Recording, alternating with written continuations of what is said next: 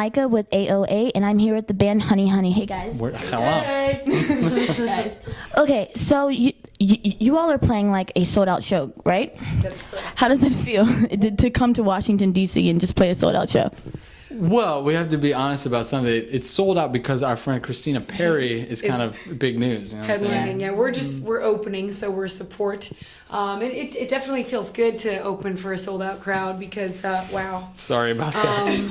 We do because, not condone underage drinking. That there's gonna be a lot of people out there and there's a lot of energy and there's something exciting about that many people in one room. So it's cool. It's all good. You all aren't signed, like, correct? Actually, not correct. You guys are? We sort of technically have our own record label, but we are working with a company We do. Okay, so we have our own record label that we have sort of created, and we're working with a major label called Lost Highway, actually independent label, for distributing our new record called Billy Jack. Okay. So is that like some advice that you can give to young people that are saying if you can get a record label, but you just would rather like just do your own thing? Is that something that you could give to some other people? Well, why don't you take that one? I think is always the best thing to try and do as much work yourself as possible. You learn a lot and you retain so much more control that way, which I think when I was younger I didn't think was that important, but as you get older you're like, wow, that really is nice, to have that and beneficial. But we've been really lucky. Our management is incredible and they've helped us out a lot to put us in this position where we essentially do have control, but we're working with record labels and very talented and powerful people, and we appreciate that. And you all have opened for some big names, Christina Perry and Xavier Rudd. So what is it like to travel around the country and just meet these amazing people? And does that bring like a lot of pressure on you all, or? You know what? No, I don't think so. I think we've sort of passed that point of like kind of freaking out. It's more just exciting, and all these people are really down to earth. We've been really fortunate to tour with some really cool people that we're lucky enough to even be friends with. We're trying to steal their fame. Yeah. That's the real goal. Steal here. their tricks. Yeah. With that, manipulate that whole friendship thing I just said. Kidding. But 1 second. 1 second. Sorry. No, it's cool. It's good. Yeah, that'd be cool. Thanks. That's the staff of the 930 Club outside of the door. Okay. I saw you guys at the Xavier Rudd concert, and I was like standing next to a woman that was a hardcore HoneyHoney fan. She reads your blog. She knows everything about you all. And how does it feel to have fans that are just that supportive and that just there for you guys? It's amazing. I mean, I think it's like the product of all these years of work we put in, and now we're starting to meet these people who support us, and that's kind of like, it's a cliche to say it, but it's only a cliche because it's true. Is that like the reason we get to keep doing this is because of people like that, and as far as I know, we want to keep doing this.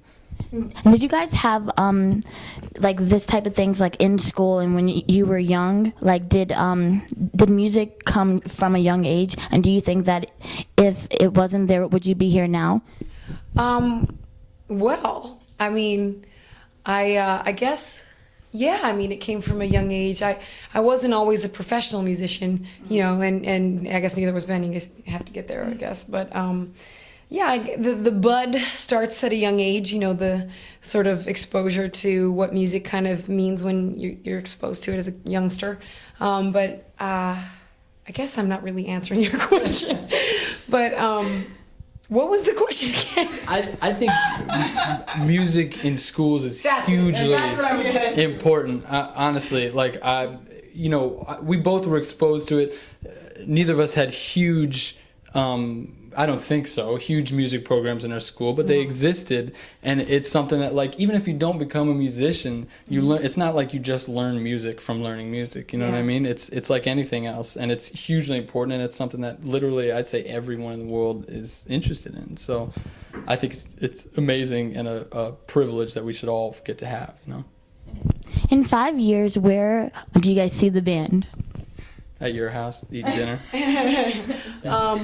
In 5 years, I mean, I want to be so sarcastic. I'm like, we're traveling by spaceship globally. Probably have jetpacks. But realistically, I see us about 4 records deep.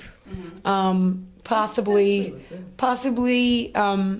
opening, headlining at theaters, and with the Beatles, who have been resurrected. Yeah, exactly. Okay. And basically having a whole rock and roll showdown with Tenacious D, where we absolutely worship them and we become their faithful rock and roll slaves. But they also worship us too. Yeah. How was that? I threw that in there nonchalantly. And how do you guys stay so down to earth? Because you guys are like really cool people, and I could see you guys talking to your fans on stage and just staying just really cool. And do you think that there will be a point where you guys will be completely happy with the success that you guys have gained, or no? I think we're always happy with the success we've had, but it doesn't mean we don't have goals we haven't accomplished. You know what I mean? And I think, God, I pray that I can stay as grateful as I am and you are now. Because that's what it is. Down to earth. I don't know, but it's just kind of thankful, and I don't see why we wouldn't be thankful. Yeah, for this. Something that you said was like, that actually, everyone has their reasons for playing music when you're a musician, but like for me, it's that relationship with those people, and like being down to earth is mainly just like, I'm just as excited to see them after the show and say thank you. Like, and when people come up and they say like, hey, this song of yours means this to me, and I'll tell you why. Like, man, that's so cool, because it's like, I like to play music to make people feel something, and you get that back, and it's a really powerful thing, and it's. I hope to God I'm always grateful for that. I don't see myself becoming a huge jerk, so let's hope that doesn't happen.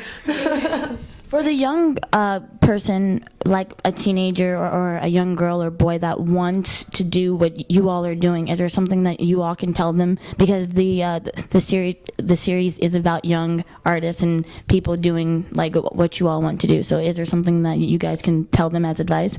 Yeah, I mean, there's a lot. I'm sure Ben's got stuff to say too, but I would say, practice and be yourself as much as possible. And there's never one way to learn something. It's like if you can't read music but you'd rather play it by ear, or you'd rather just play cover songs and like express yourself in that way. Like there's no wrong way to do it. Just do what makes you feel good, and harness that and own that shit. Sorry. It's okay. There are no boundaries. There we go. What was I going to say? Oh, yeah, I just say never prevent yourself from learning anything. And also, it's going to be harder than you will ever have imagined.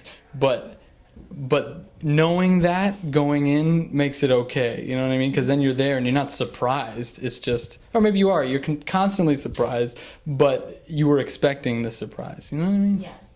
Is there something that you all want to tell your fans just before we close out, or? We have actually, we've made a lot of new fans on this tour with Christina Perri, and it feels so good and is so overwhelming that we're just grateful, that we have fans. So thank you for being our fans, if you are in fact our fans. Yeah, let's hang out. Okay, thanks guys for watching AOA, and I'm with HoneyHoney. Bye-bye. Bye.